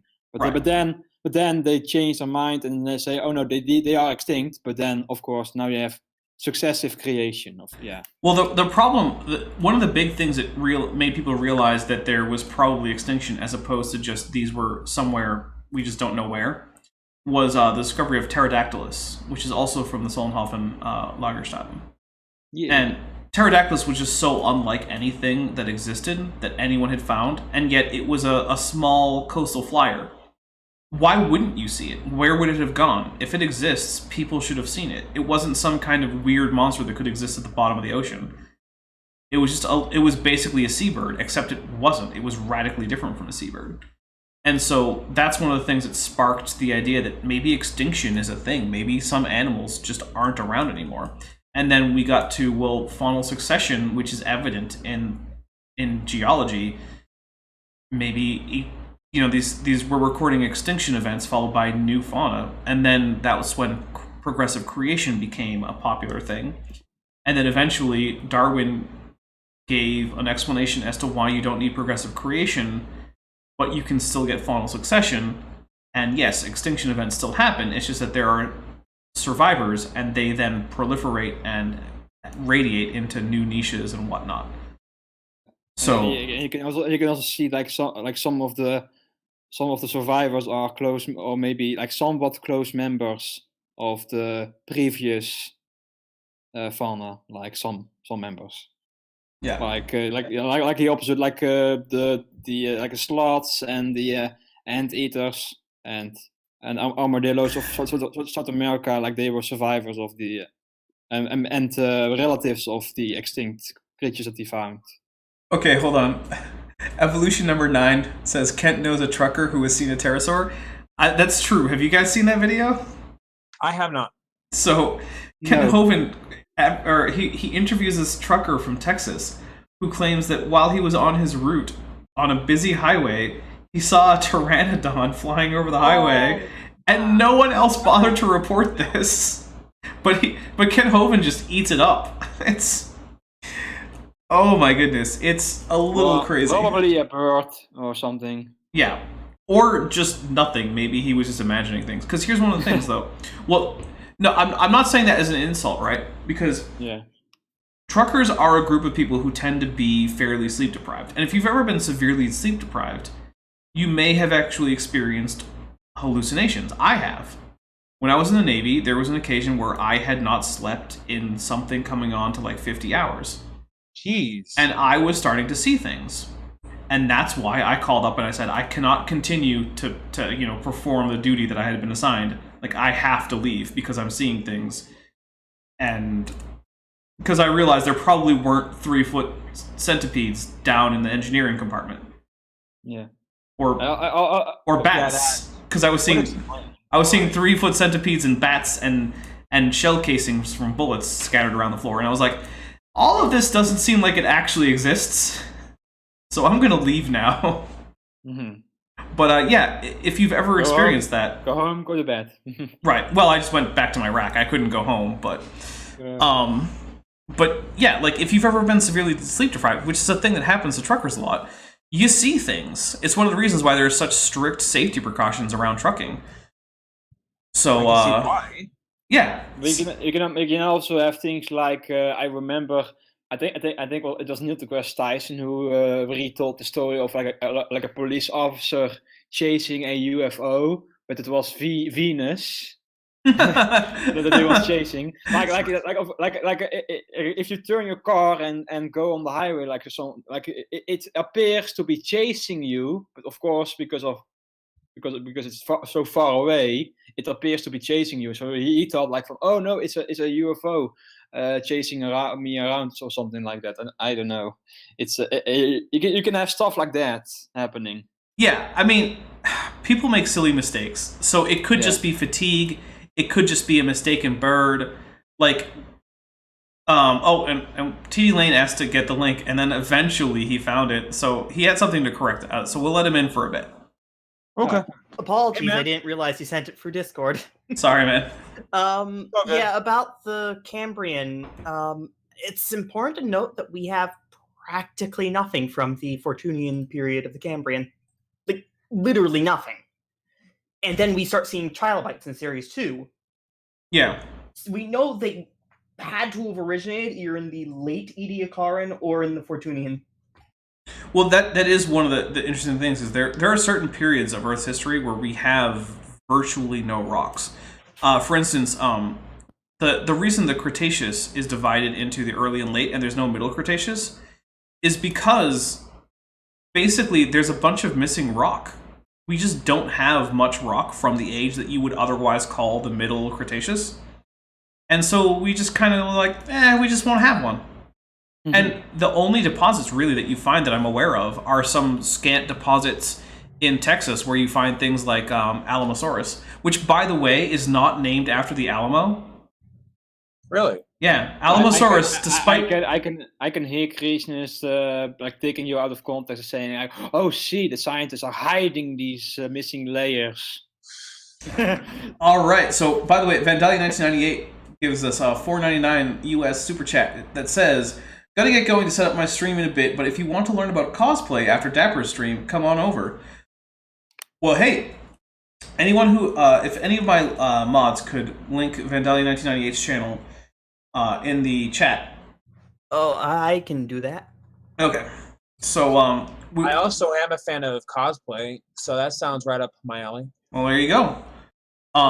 It's hard to find very many characters that you can cosplay when you're a 2-meter tall theropod. Correct. Yeah, so most of the characters tend to be annoyingly humanoid.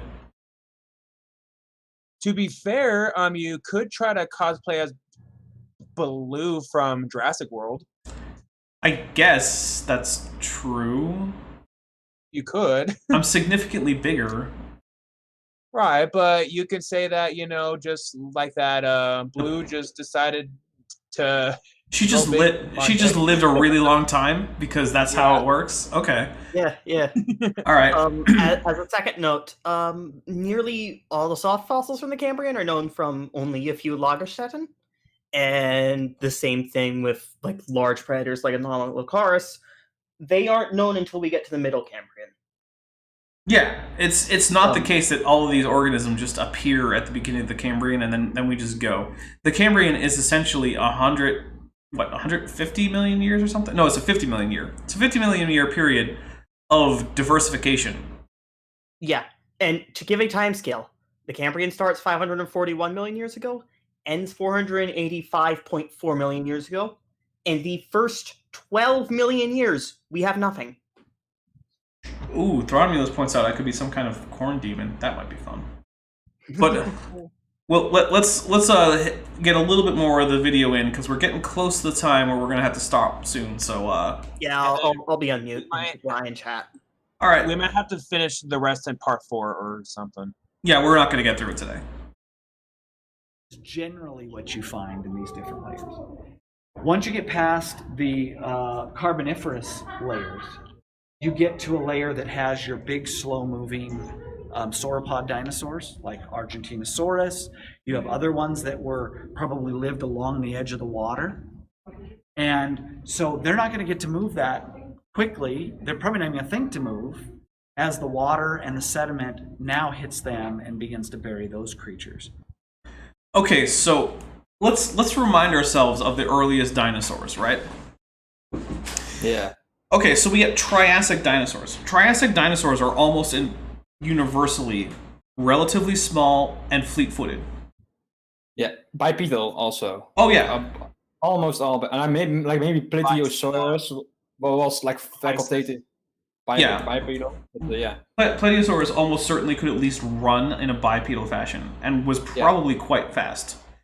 So all of these heavy plodding dinosaurs that he's talking about, like sauropods, they're coming about in the Jurassic, not the end Triassic, which is where we start getting dinosaurs, true dinosaurs.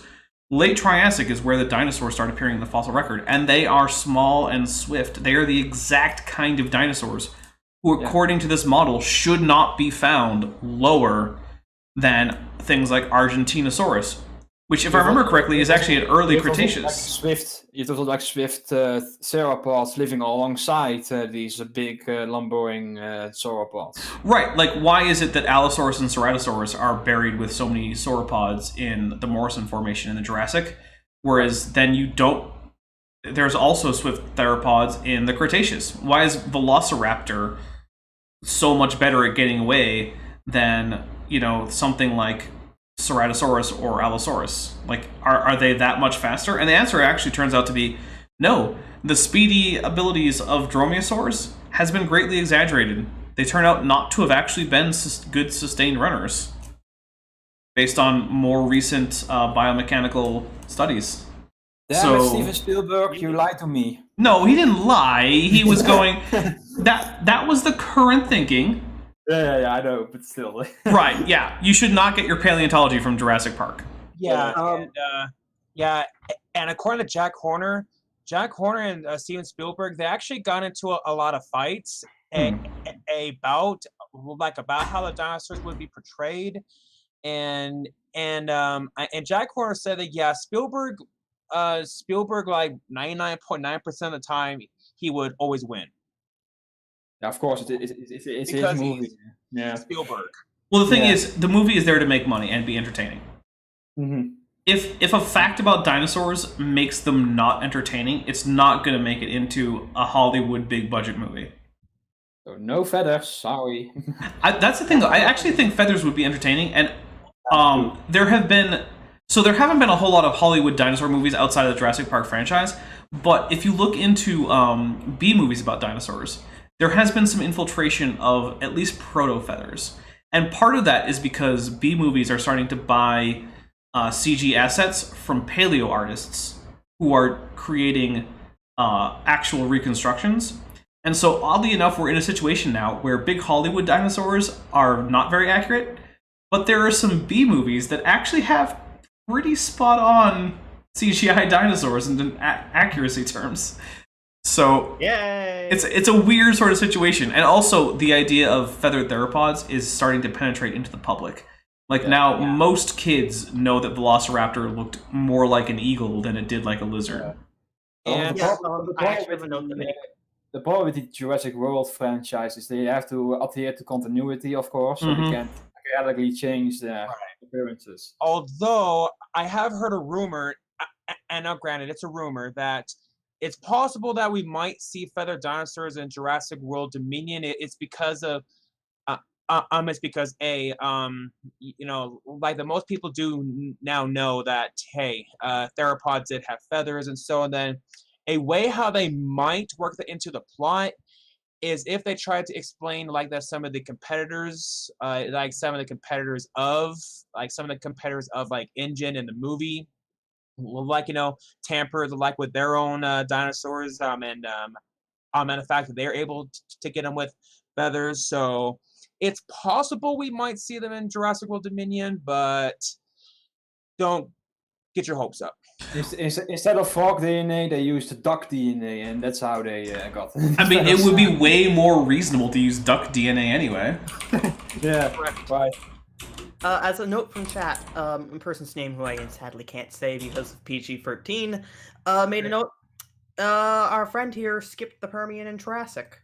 Well, yeah. I mean, why would you bother with that? Because it's full of organisms that do not fit your narrative. Like, the Permian is full of desert-dwelling highland creatures that were not at all near the coast. And the Triassic is full of all sorts of swift dinosaurs that should have been able to run away. Yeah, and also sorry. mammal-like reptiles. Yeah, well, yeah. Mostly because, not reptiles, but still. People also look at the crocodile line archosaurs, like the pseudosuchians. Like the earlier ones were fairly active. Some of them were even bipedal, but in the later crocodiles, they all are like flat on the bellies or something like that. Like how do you square that circle? Yeah. Well, so here's something I want to grab, and this is I'm grabbing an image. So I'm going to open the image in a tab. I'm gonna toss this in here and hopefully zoom out a little bit. Let's reset that. So, okay, this is something the panel members are going to have to look at this actual live feed for this, but I don't see why this raptor being in Jurassic Park wouldn't be a compelling animal to have in the movie. Oh, yeah. I'm sorry, but if a shoebill can be terrifying, then say a Utah raptor fully feathered would be absolutely terrifying. Yeah, I'm not sure who made this, and I'm sorry about that, because I would like to credit the artist, but I'm not sure who it is. And there's no signature, so I'm not positive. But, like, people are like, oh, feathered. No, it's on the live feed on the stream. But it's like, if people say like, oh, feathered dinosaurs aren't scary. I'm sorry, if I met that thing in an alley, I wouldn't exactly feel comfortable. Right, also look up the cassowary. Oh yeah, cassowaries are terrifying. See how they are not terrifying. Yeah. Paleonave turkey, that's all I have to say. So let's get a little bit more in. I think we have time for at least one more section of video. So. Now, some creatures are going to try and get to higher ground. Some creatures are going to swim. Did you know that elephants are great swimmers? I did. They used to talk about historically, if you were on a ship and there were elephants on that ship, and if it went down, find an elephant, because it can take you long distances and you might survive. Because that thing just has to kind of buoy there under the surface of the water, right? Mm-hmm. And what does it have to stick up in order to breathe? Its trunk, right? That's it. So it could breathe and it could keep moving. Now, are you going to find fossilized elephants? Probably not. And but there are fossilized elephants. Yeah, in the Cenozoic. We have tons of proboscideans. And guess what? Science alert. one of the ways that we know how mammoths got to the Channel Islands is because they're swimmers. Did he also just claim that elephants use their trunks as snorkels? They do. That is actually. Oh, they actually do. Yeah. No, there's actual valid evidence that mammoths just swum to the Channel Islands. There's actually just There's actually videos of elephants swimming and using their trunks as a snorkel. It's so bizarre. Like elephants are really intelligent. Then. Oh, they are. Elephants are exceptionally intelligent. They are some of the most intelligent animals on Earth currently. But yeah, there are fossil elephants, and the thing is that then why? Why are there things like gomphotheres and all of the I don't want to go through the entire list of fossil proboscideans, but trust me, it's extensive. It's not a small number of proboscideans in the fossil record that are long before modern elephants and Elephas and Loxodonta, which are the two surviving genuses of elephants. Also, he mentioned elephants, but what about Paraceratherium? They have trunks. They have trunks. Right. I don't know. Well, and then there's also all of the other animals that are found fossilized in the same layers as elephants in these upper top layers, but that shouldn't be very good swimmers under these same criteria. Are you going to tell me Leptodonts? Leptodonts are good swimmers? What about Calicotheres? You think they were good swimmers? Rhinoceros? Yeah, they probably weren't inept swimmers because basically all animals can swim to some degree. But yeah, I'm sorry, it just doesn't add up with the actual fossil record, where we have other animals in the same layers that we find proboscideans, and they are not similarly adept swimmers.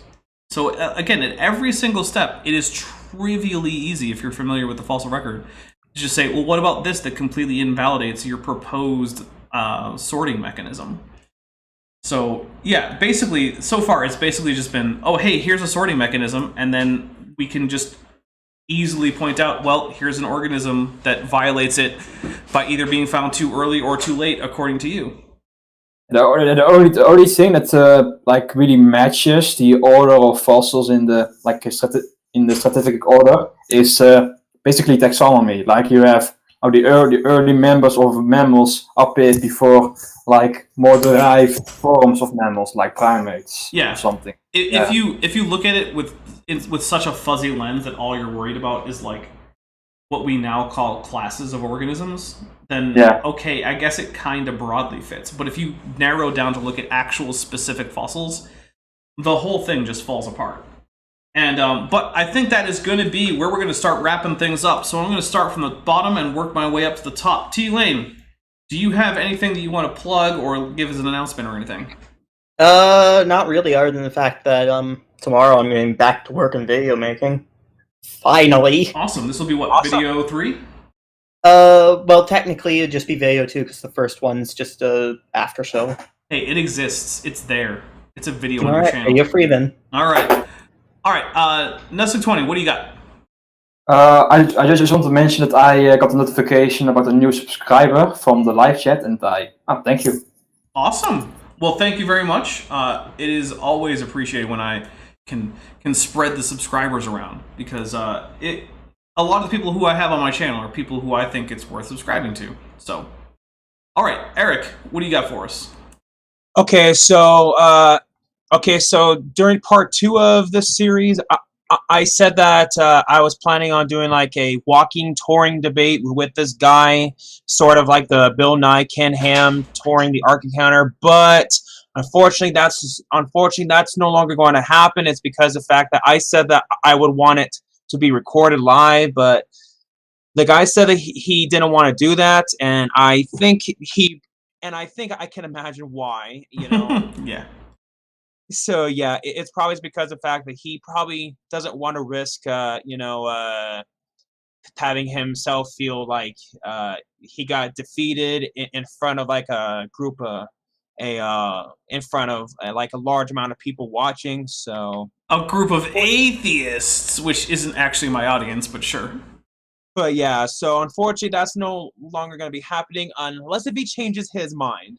So yeah, and what else I got plugged in? So I have a second account called Eric the Tyrannoceratops. What I have planned is that what I have planned on that one is that.